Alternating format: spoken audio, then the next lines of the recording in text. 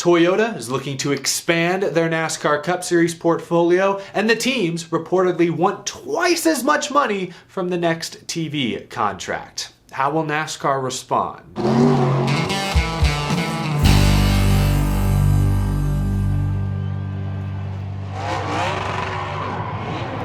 How's it going, y'all? My name is Eric. Welcome to Out of the Groove. I hope you had a great weekend. Happy Monday. Lots of intriguing NASCAR news to pour over today. We'll get to that in just a moment. First, if you're new to the channel and you love all things NASCAR, be sure to hit that subscribe button down below so you don't miss any upcoming content. We are less than a week away from the Clash, by the way. The season is here. The Xfinity cars are testing at Charlotte as I speak. Now, yes, we do have a couple very interesting articles, both of which I will link down in the description below to discuss in just a few moments. But before we read through detailed quotes and new information, I figured we could start this episode off by looking at some pretty pictures. How about that? Chase Elliott's 2023 Hooters scheme has been revealed. Take a look. They're bringing back the dark colors, the night owl aesthetic. I like that there's still a splash of blue on the car, just like last year's scheme. Let me know what you think down in the comments below. Personally, I like this car. It's good, don't get me wrong. But I definitely prefer last year's scheme. I don't know, I liked the white base, the light blue echoes coming off the orange trim. I've always liked the brighter colored Hooters schemes. Maybe just, it reminds me of Kulwicki, I don't know. Last year's scheme just looks so polished to me.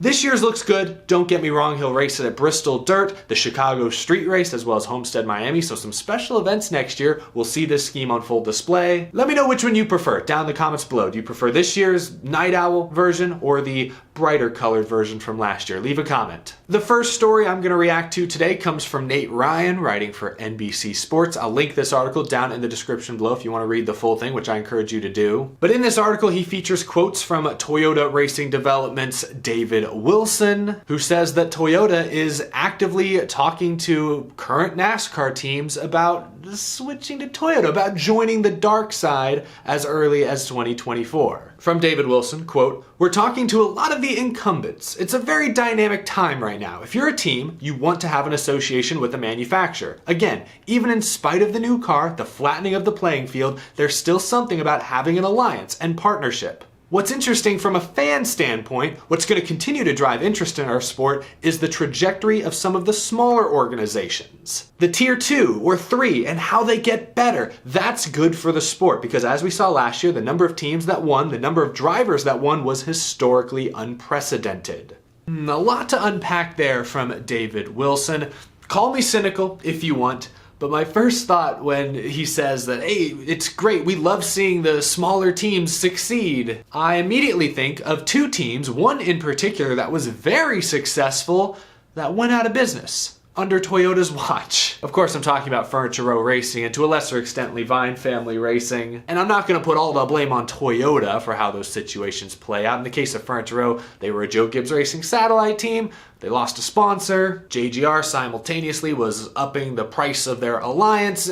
Perfect storm forced a championship organization out of business. And then Joe Gibbs Racing took Martin Truex Jr. and Cole Pearn for themselves. But anyway, I guess it's just funny to hear Toyota talking about, oh yeah, we love seeing the small teams succeed. And I'm sure they do when they're Toyotas, but there's a couple of notable Toyota small teams who have kicked the bucket, let's just say, in recent years. Things may be different now, though, I believe. David Wilson mentions in that quote that technical alliances are still important today. They're still very valuable in many cases, but now that the next gen car is here, it's a spec car, every Chevy, every Ford, every Toyota is basically the same chassis, same parts and pieces. Perhaps these technical alliances aren't quite as expensive or quite as involved as they used to be. You're not, buying cars from a bigger team anymore. For example, engines, of course, Toyota, Ford, Chevy still develop their own engines. That's a huge cost. That's a huge element of competition that still exists. But say a smaller tier 2 or tier 3 team, as David Wilson says, were to switch to Toyota in time for 2024. What would that actually look like now? I mean, they would get Toyota engines, obviously, that's big. I guess they'd have access perhaps to Toyota's data, their simulations, and that's extremely important, of course, but they're no longer going to need to beg Joe Gibbs Racing for equipment. necessarily. They'll probably need a pit crew or something from JGR, of course. But I think right now, if I'm a smaller team in the NASCAR Cup Series, and there are some out there that I don't believe are leaving their current manufacturer anytime soon. RCR, I don't think will leave Chevy. I don't think RFK, as long as Jack Roush's name is on the building, will leave Ford. Wood Brothers probably won't leave Ford. But if you're one of those other teams, like JTG Doherty, or maybe even a Colleague, I'm just spitballing here. If you're one of those other teams, do the failures of Furniture Row and Levine Family Racing concern you? Or is that just a thing of the past? I feel like as fans, the Furniture Row Racing saga is still very raw to us. We still look at that and think, oh God, that just doesn't sit right. That a championship organization that scratched and clawed their way to the top could get knocked out, could go out of business just like that. Doesn't sit right with the fans. But in the industry, things have changed so much since then. I know it's only been a few years, but things are very different now from a business standpoint, what it means to be aligned with a super team or with a new manufacturer. If you're JTG Doherty, and I'm just using them as a random example, do you even think about that? Or do you just see Toyota and say, that's some great support they may provide that we don't currently have from Chevy, perhaps? And do you hear them out? Do you listen? I don't know. I really don't know. But there are a lot of smaller teams that it sounds like Toyota is in talks with. So come 2024, would not be shocking if there are more than just 2 Toyota teams in the NASCAR Cup Series. Next, for many months now, NASCAR and the teams have been negotiating a new media rights split. Currently, the teams get 25% of the TV revenue, NASCAR gets 10%, and the remaining 65% is divvied up amongst the racetracks. For months now, the teams have been asking for more money. They want a larger split of the next agreement, which will take effect in 2025. Today, Adam Stern, writing for Sports Business Journal, posted a very detailed synopsis discussing the ebbs and flows of these negotiations over the past several months, where they are now and where Adam Stern and his sources believe they may be going. The most interesting details in this article are the numbers. Under the current deal,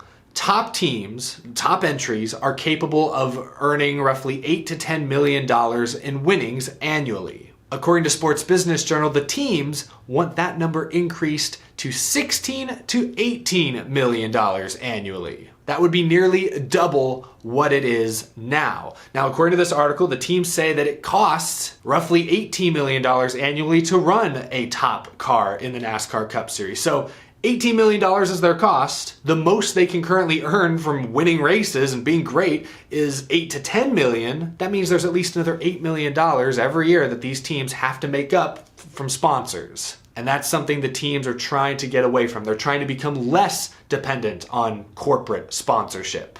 In this article, Adam Stern writes, NASCAR has acknowledged that teams deserve more money, but has been resistant to the demands. Still, sources say the sanctioning body has seemingly started to soften in recent weeks to the idea of finding an agreement. According to Adam Stern, NASCAR was furious when several key team executives went public last fall, airing their grievances with NASCAR through the media. But now, after a few months of sitting on it, everyone seems to be coming back to the table. That seems to be a good sign. The teams are asking for a lot, though. They're asking for nearly double the money they get now. That's big. I'm sure they're asking high, knowing that the actual number will probably end up being less after they negotiate. But if NASCAR is to give the teams what they want, if NASCAR is to increase their split of the TV revenue, maybe they don't double it like the teams are asking, but maybe they get close, what will NASCAR ask for in return? Adam Stern writes, if there is to be a revenue deal with teams, one of the major avenues toward progress will likely be through the potential swapping of ancillary rights and agreements. For example, in exchange for granting teams more annual revenue, NASCAR will likely want teams to agree to some form of a spending cap and could seek additional digital and content rights from teams or time commitments from drivers for marketing purposes. Teams have also offered to approach sponsorship in a new, more unified way versus the cutthroat dog-eat-dog world of NASCAR team sponsorship that currently exists.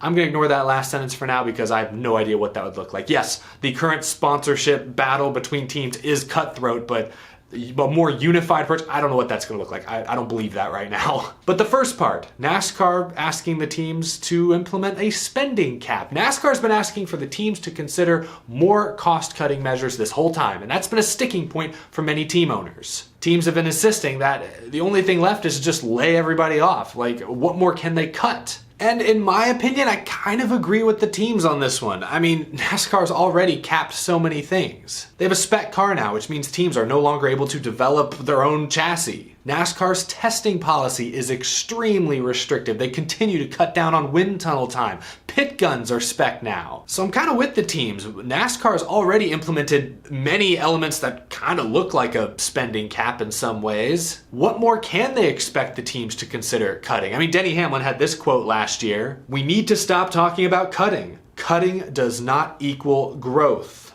And I do think he's exactly right, and I think NASCAR behind the scenes is maybe starting to acknowledge this. If they implement some sort of spending cap after 2024, I would hope its purpose is to maybe prevent teams from overspending like they've done in the past. I'll give NASCAR some credit for this one. The teams have spent ridiculous amounts of money in the past to gain minuscule on-track or pit road advantages. It's a little ridiculous. They have overspent on things in the past, so a spending cap should aim to prevent that. The cap should not be so low that it forces teams to reduce their workforce even more, to downsize even more, to cut even more departments. That should not be the purpose of a spending cap, in my opinion, if one is in fact implemented. But I don't really know. We haven't seen something like this in NASCAR. I don't know how it's going to go over, if the teams will agree to it, if it'll actually work or be enforceable in practice. I don't know.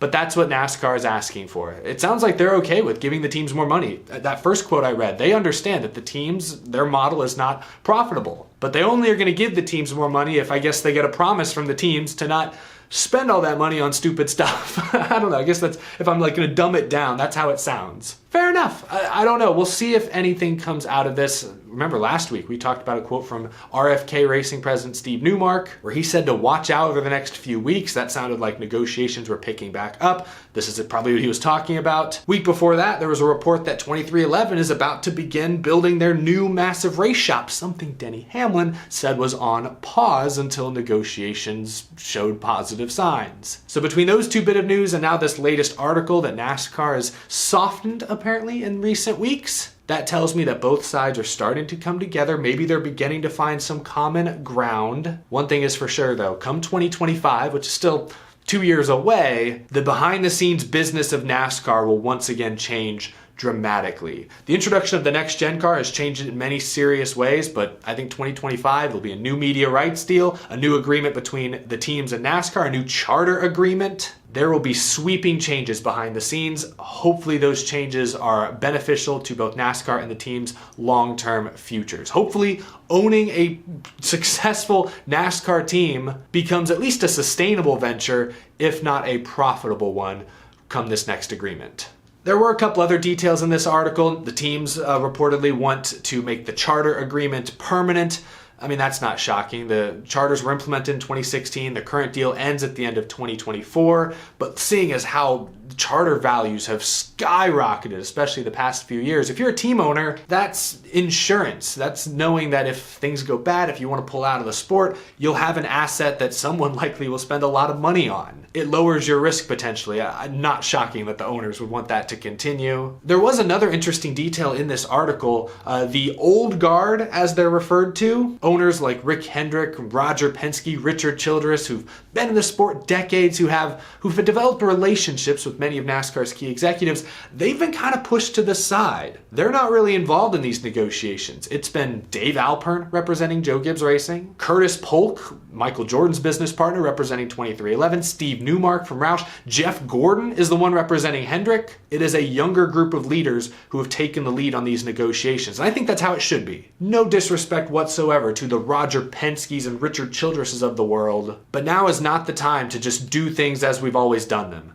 Now is the time for new ideas, for dramatic business model changes. The world's just moving really fast right now. Entertainment media changing quickly every single day. It makes sense that the people negotiating this new deal are the same people who will have to live with it for 20 or 30 more years. We need more Curtis Polks at the table. We need more Justin Marks, Ty Norrises, dare I say even Denny Hamlins. We need more of them at the table during these negotiations. That's not to say the Penskes and Joe Gibbses and Rick Hendricks can't have a perspective. They are still paying many bills in this sport. but I don't want them leading these negotiations. So hopefully guys like Curtis Polk and Dave Alpern and Steve Newmark continue to spearhead. Even Jeff Gordon continue to lead these negotiations. I do think that's a good and positive direction. Those are the most important details, I believe. There was another Sports Business Journal article by John Orand posted today that discussed the television negotiations that NASCAR is working on, and it sounds like both Fox and NBC very interested in returning and re-upping. But Sports Business Journal does mention Amazon as potentially a very aggressive